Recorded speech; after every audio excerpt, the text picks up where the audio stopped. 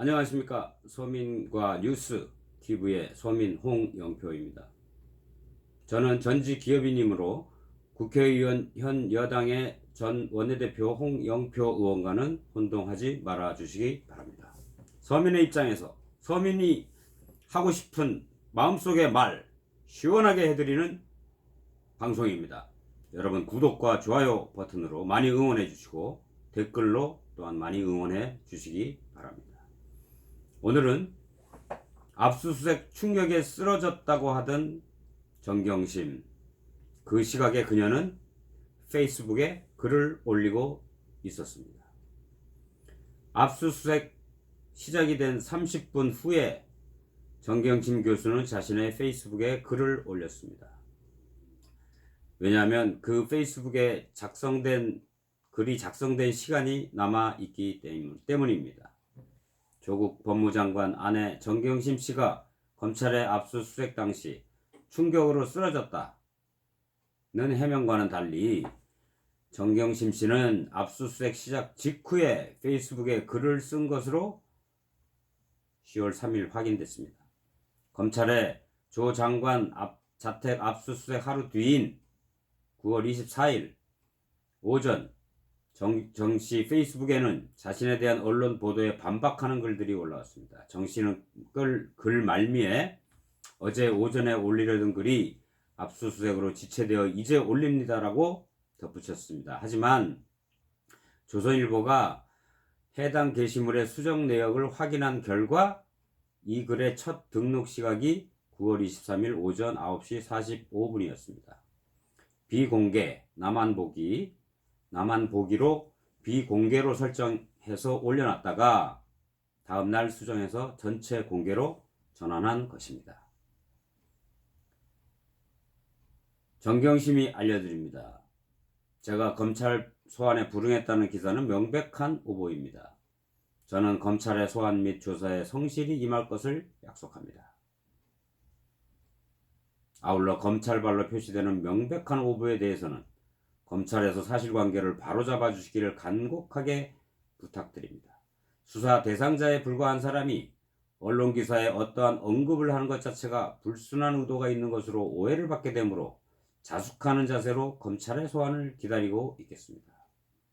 두 번째 글은 이렇습니다. 어제 오전에 올리려던 글이 압색으로 지체되어 이제 올립니다.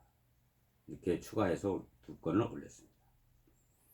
당시에 검찰의 압수수색은 오전 9시에서 9시 10분쯤에 시작이 됐습니다. 시작 직후 조국 장관과 압수수색팀을 지휘한 검사 간의 통화가 이루어졌습니다.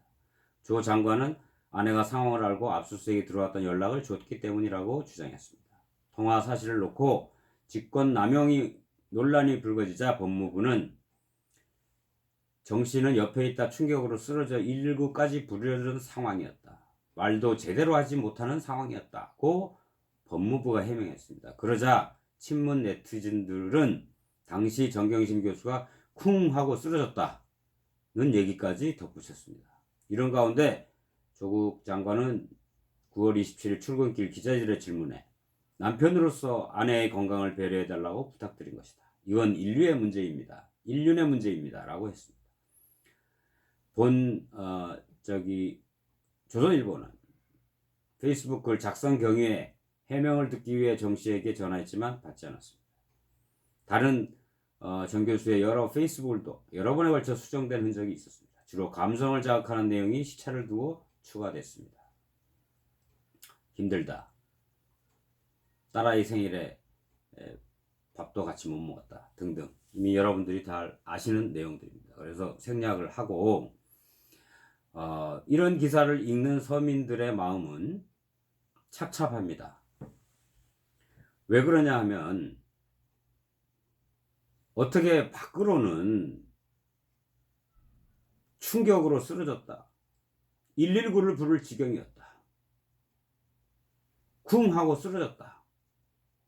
그렇게 얘기하던 사람이 바로 30분 후에 페이스북에 글을 작성을 했다는 거 믿어지십니까? 그리고 또 변호사를 3명씩이나 그것도 여자 변호사 1명, 남자 변호사 2명 불러서 그 변호사들이 오는데 또 한두 시간 기다렸다고 합니다. 그 다음에 영장을 집행하는 수사관들에게 이거는 안 된다. 이거는 안 된다. 이거 가져가려면 영장 새로 받아와라. 그래서 또 검찰에서는 꼬투리 잡히지 않기 위해서 영장을 2번이나 재발급을 받았다고 합니다. 압수수색 영장을 2번이나 재발급 받기 위해서 또 1시간, 2시간, 3시간 지체되었다고 합니다. 다른 사람들 같았으면은 검사나 수사관들이 와서 이거 가져갈 만하다고 판단이 되면 가져간다고 합니다. 대부분. 그리고 이거 조금 영장에 조금 벗어나 있고 한 것 같으면은 아리까리 할 때는 어쨌든 검찰에서 이거 좀 가져가도 되겠습니까? 이미 제출해 주시겠습니까? 이런 식으로 요청을 한답니다. 피의자에게 물어보고 그러면 대부분의 피의자들은 예 가져가십시오 그렇게 한다고 합니다. 그런데 정경심 교수는 그거 왜 가져가요? 그거 가져가려면 영장 새로 받아오세요. 그렇게 해서 2번이나 영장을 새로 받아서 집행을 했다고 하는 얘기가 들립니다. 참 뻔뻔하기 그지없습니다. 이런 뻔뻔한 사람이 참 우리 일반 국민의 상식으로서는 이해가 안 갑니다. 정말 남편 백을 믿고 하는 건지 남편 뒤에 있는 대통령 백을 믿고 하는 건지 백 믿고 하는 사람 잘 되는 거 못 봤습니다. 백 믿고 오만하고 방자하고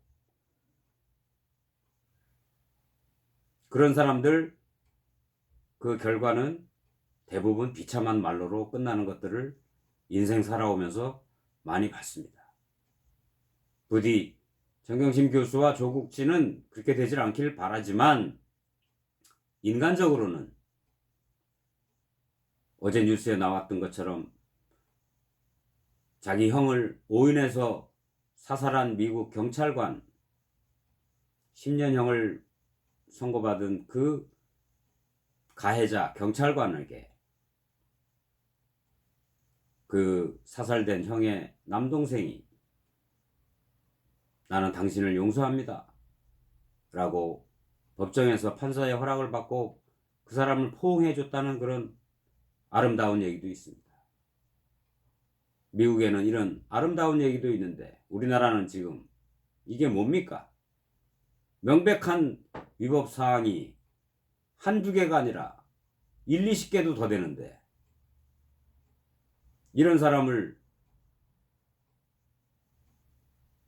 법무부 장관 자리에 앉히고 그것까지는 이해할 수 있습니다. 일반 국민의 상식선에서. 그러나 국민의 대의기관인 국회에서 국회의원들 앞에서 즉 국민들 앞에서 나는 사회주의자입니다. 사회주의자라고 얘기하는 사람을 어떻게 이 나라 자유민주주의 대한민국의 장관 자리에 앉힙니까? 참, 그 앉히는 사람이 정신이 있는지 모르겠습니다. 황교안 대표가 그렇게 얘기했더군요. 어제 도대체 그런 사회주의자를 장관에 법무부 장관에 앉히는 대통령이 정신이 있는 사람입니까? 그 말에 아마 많은 사람들이 우리 일반 서민들이 동의할 것 같습니다.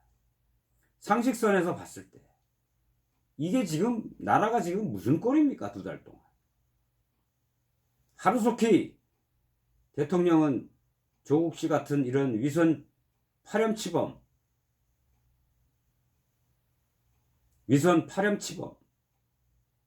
가족 사기단 하루빨리 해임하십시오. 그래야 문 대통령이 사십니다. 안 그러면은 문 대통령 지지율은 급속하게 떨어지고 말 것입니다. 벌써 일반 국민 10명 중에 임명하기 전에는 5명이 반대했지만 임명 후에는 지금 7, 8명, 8, 9명이 지금 분노하고 있습니다. 이 분노가 어제처럼 광화문 광장에서, 서울역에서 어제처럼 계속 분출된다면 이 나라는 불행해지고 국민들도 피곤합니다. 하루빨리 한 정파만 지금 그렇게 대변할 게 아니라 대통령께서 모든 국민을 취임사에 말했던 것처럼 좀 대변해 주시기 바랍니다. 대통령님을 뽑은 사람은 일반 국민들 10명 중에 4명밖에 없습니다. 나머지 6명은 문재인 대통령께서 대통령 되는 것을 원하지 않았습니다. 10명 중에 국민 10명 중에 6명은 문재인 씨라는 분이 대통령의 자리에 앉으시는 것을 원하지 않았던 분들입니다. 지금 국민의 7명, 8명, 아니 8명, 9명이 지금 대통령의 처사에 못마땅해 하고 있습니다. 국민을 분열시키고 한 정파의 수장으로서만 이 나라를 운영하고 국민 통합을 위해서 대통령직 직무를 수행해야 할 헌법적 책임을 갖고 있으신 분이 그런 헌법적 책무를 다하지 아니하고 있습니다. 대통령이 계속 이렇게 헌법적 책임을 다하지 않는 한 탄핵의 대상이 될 수 있을 것입니다. 벌써 헌법 제65조는 장관의 경우